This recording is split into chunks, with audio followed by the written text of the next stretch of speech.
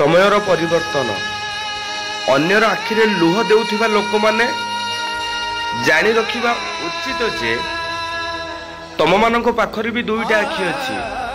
समय केबे भी परिवर्तन हेई पारे, तेणु निजर अहंकार को कम करिया पई चेष्टा करंतु। जेउंथि पई आपण अहंकार करूछंती से सब किछि भी आपण नै कि जाउ नाहंती साथी रे।